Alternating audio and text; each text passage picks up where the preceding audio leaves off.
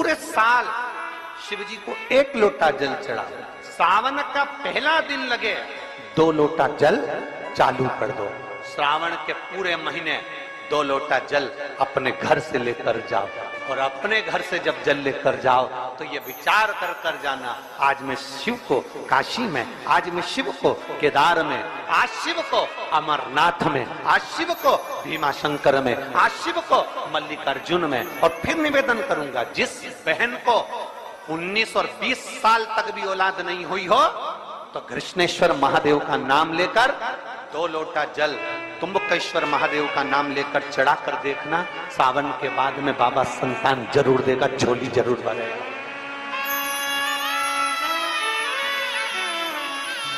कहीं नहीं जाना, अपने नजदीक में, अपने घर के पास में, अपने मोहल्ले में, अपनी गली में, अपने चौराहे पर, अपने घर के पास में जो शिवालय हो, जो शंकर का मंदिर हो, वहां जाओ, 2 लोटा जल समर्पित करो। और फिर निवेदन करूंगा, जल से ज्यादा जरूरी है मेरे भोलेनाथ जी के मंदिर की सफाई करना। अब कीचड़ चालू हो जाएगा, पानी चालू हो जाएगा, सावन का महीना चालू हो जाएगा, अपने साथ एक कपड़ा लेकर जाओ, बाबा के मंदिर को पूरा साफ कर कर, बाबा के शिवलिंग का स्नान कर कर, बेलपत्र निर्माल्य जितना पड़ा है उसको उठाकर कहीं विसर्जन के लिए, किसी नदी तालाब बावड़ी में नहीं, किसी कुएं में नहीं, निर्माल्य तालाब में, नदियों में, बावड़ी में डालने के बाद वो निर्माल्य सड़ता रहता है, नदी नाले का पानी सूखता रहता है, उसमें कीचड़ इकट्ठा हो जाता है। उस निर्माल्य को इकट्ठा करो, गाड़ी में भरो, किसी एक खड्डा खोदकर वहां दबाकर उसकी खाद तैयार करो, और बाद में बेलपत्री के वृक्ष के नीचे उसको डालते रहो। पर ध्यान रखना कि निर्माल्य हमें नदी तालाब बावड़ी कुएं में नहीं डालना, उसको एकत्रित करना। शिव के मंदिर की जितनी सफाई कर सकते हो, शंकर के मंदिर को जितना साफ कर सकते हो, शंकर के मंदिर को जितना निर्मल कर सकते हो उतना करो। अपने मन में एक भाव बना लो, जैसे भगवान विष्णु ने एक भाव बनाया था, सावन के महीने में 108 कमल के पुष्प शंकर जी को दूंगा। पार्वती जी ने भाव बनाया था, श्रावण के महीने में शंकर जी को 2 लोटा जल समर्पित करूंगी। माता सती जो भगवान शंकर की अर्धांगिनी रही, उन्होंने भाव बनाया था, मेरे देवादिदेव महादेव को रिझाने के लिए मैं भगवान शंकर की 108 वृक्ष लता से स्नान कराऊंगी। ये अपने भीतर एक संकल्प अपने भीतर लेना है कि श्रावण के महीने में हमें शिव को कैसे रिझाना है, शंकर को कैसे प्रसन्न करना है, शंकर को कैसे प्रकट करना है, शंकर को कैसे प्राप्त करना है, शंकर को कैसे अपना बनाना है, शंकर को अपने करीब में कैसे लाना है, शिव को अपना कैसे बनाना है, ये अपने ऊपर निर्भर करना।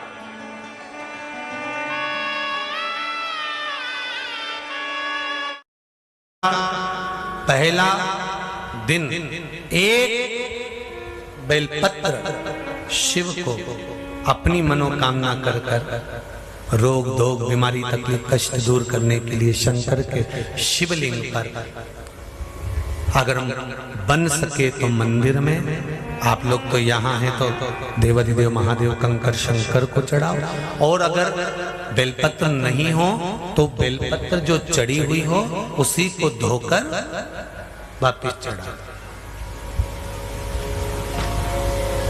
वापिस और सावन का महीना है, दिल से बाबा को रिझाए।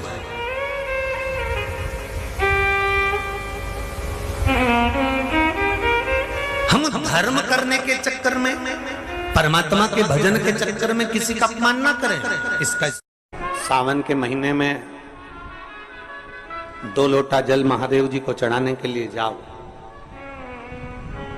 तब 3 चीजें अपने अंदर धारण करना।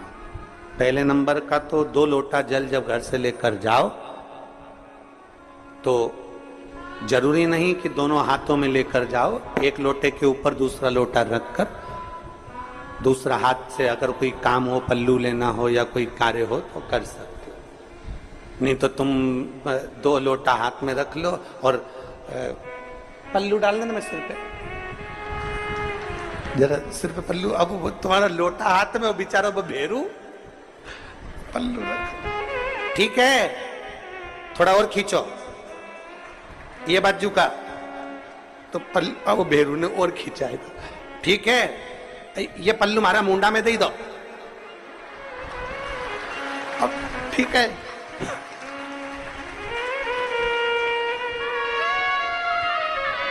और थोड़ी दूर चली और याद आ गया, ओ बाप! इतने में भेरू ने कहा, क्या हो गया?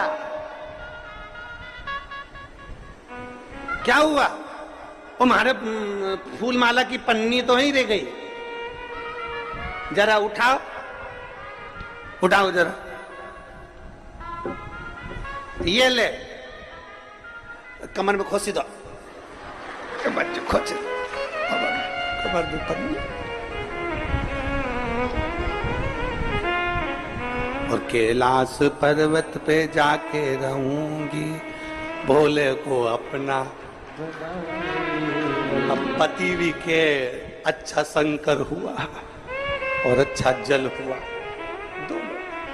निवेदन है, अगर 2 लोटा हाथ में ना तो एक के ऊपर एक लोटा रखकर भगवान की भक्ति धारण करते हुए 3 चीजों में एक चीज जल 2 लोटा, दूसरा श्री शिवाय नमस्तुभ्यम का जाप पूरे सावन के महीने में से कम 5 दिन ऐसे निकालना कि बेलपत्री के पेड़ की छांव में बैठकर हम श्री शिवाय नमस्तुभ्यम की कम से कम 1 माला जरूर कर ले, जरूर।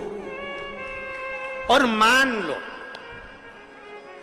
लो अगर बेलपत्री का पेड़ नहीं मिले, तुम्हारे आसपास में नहीं मिले, तो फिर एक काम करना, शंकर जी के मंदिर की बेलपत्र मिली जाए, उसको सिर पे, हमारे यहाँ कहते हैं आंवले के वृक्ष का जब आंवला नोमी आती है ना, तो आंवला नोमी आती है और आंवले के पेड़ के नीचे जाकर भोजन नहीं कर सकते, आंवले के वृक्ष के नीचे नहीं जा सकते, तो आंवले के वृक्ष की पत्ती को सिर पे रख के भोजन कर लो, तो कहते हैं कि हजारों अश्वमेध यज्ञ के पुण्य के बराबर, भंडारे के बराबर भोजन प्राप्त हो जाता है।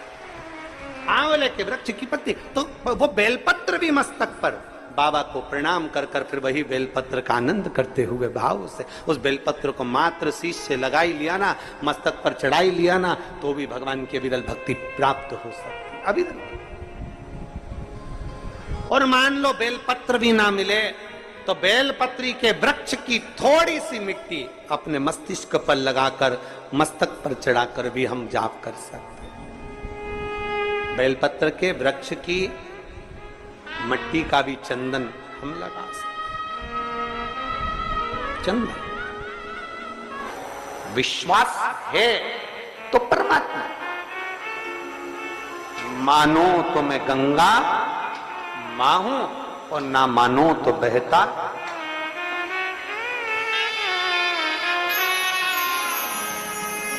आप मानो तो मैं मां हूं, आप मानो तो मैं गंगा मां हूं, ना मानो तो बहता पानी। आप मानो तो आपके नजदीक में, आपके घर के पास में जो शिवालय है भगवान शंकर का, एक छोटा सा शिवलिंग है। मानो अगर दिल से तुमने मान लिया कि ये केदारनाथ है, दिल से तुमने मान लिया कि ये महाकाल है, दिल से तुमने मान लिया कि भीमा शंकर है, दिल से तुमने मान लिया कि ये मल्लिकार्जुन है, दिल से तुमने मान लिया कि विश्वनाथ है। जिस दिन तुम्हारा मन पर जाए, श्रावण के महीने में जब तुम 2 लोटा जल चढ़ाने के लिए जाओगे,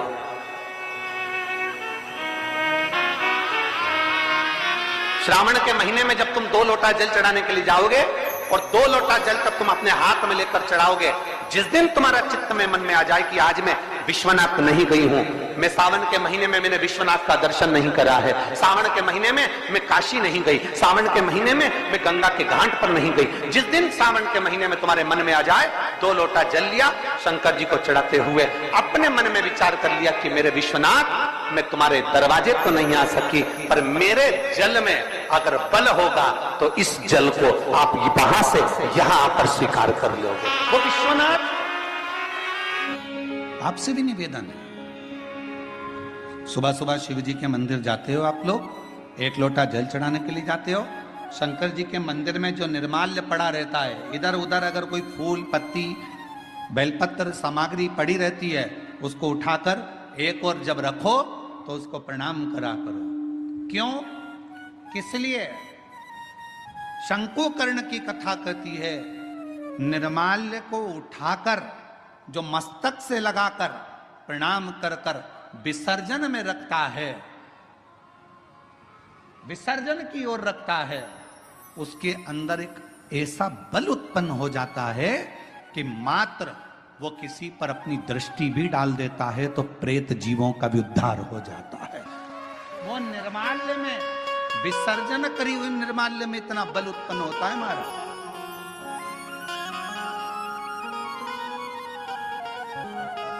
यज्ञ, हजारों हजारों सिद्धि यज्ञ, सारे यज्ञों का अगर पुण्य फल प्राप्त करना है तो 3 वृक्ष ऐसे हैं जिन वृक्ष की त्रिवेणी में अगर एक बार भी अगर मौका लग जाए इन 3 वृक्षों का स्मरण करने में, पहले नंबर का बेलपत्र का वृक्ष, दूसरे नंबर का पीपल का वृक्ष, तीसरे नंबर पर है महाराज भगवान देव अधिदेव महादेव की कृपा से शमी का वृक्ष। अगर कहीं योग से बन जाए, आप रास्ते से निकल कर आ रहे हो, कहीं पीपल का पेड़ मिल गया, जल चढ़ाया, बेलपत्र मिल गया, शमी पेड़ मिल गया, जल समर्पित कर दिया, जल समर्पित करते करते आप अगर कहीं 3 वृक्षों पर आ रहे हो तो हजारों हजारों सिद्ध यज्ञ के फल प्राप्त हो।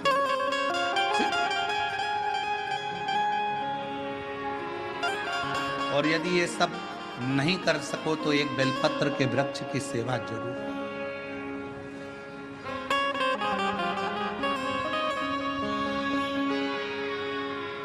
एक संकल्प लो, आप और हम सब मिलकर उसको पूरा करें। सावन के महीने में एक बेलपत्री का वृक्ष जरूर लगाएंगे, ये नियम आप और हम लेकर। लगाओगे? जम के तो बोलो, पक्का? बकरी खाए वैसा तो नहीं है? नहीं ना? संभालोगे उसको, प्रयास करोगे ना? ऐसी जगह लगाना जहां तुम उसको देखते रहो, संभालते रहो, उसको बढ़ाते रहो। हमसे ये मत पूछना कि पेड़ कहाँ लगाएं, मंदिर में लगाएं, रोड पर लगाएं, किनारे पर लगाएं, शमशान में लगाएं कि कहाँ लगाएं। जहां तुम्हारा दिल कर जाए वहां पेड़ लगाना, पर तुम्हारी निगाह में रखना उसको कि वो बड़ा हो जाए, छाया दे, दुनिया का भरण पोषण करे, दुनिया के ऊपर कृपा की छाया लगाओ।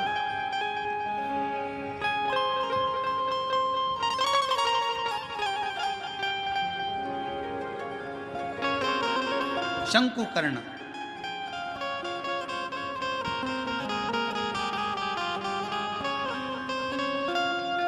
निर्माल्य विसर्जन करते थे प्रणाम कर कर, उन पे शिव की कृपा थी इसलिए उन्होंने पिशाच को दे। और फिर निवेदन करूं मेरी जीजियों से, मेरे जीजाओं से, प्रयास करना कभी अगर मौका मिल जाए, बाबा अगर तुम्हारे ऊपर करुणा करे, कृपा करे, दया करे और कोई अगर ऐसा योग संजोग बन जाए, मौका मिल जाए, तो श्रावण के महीने में कोई भी एक नियम अवश्य धारण करो। पूरे सावन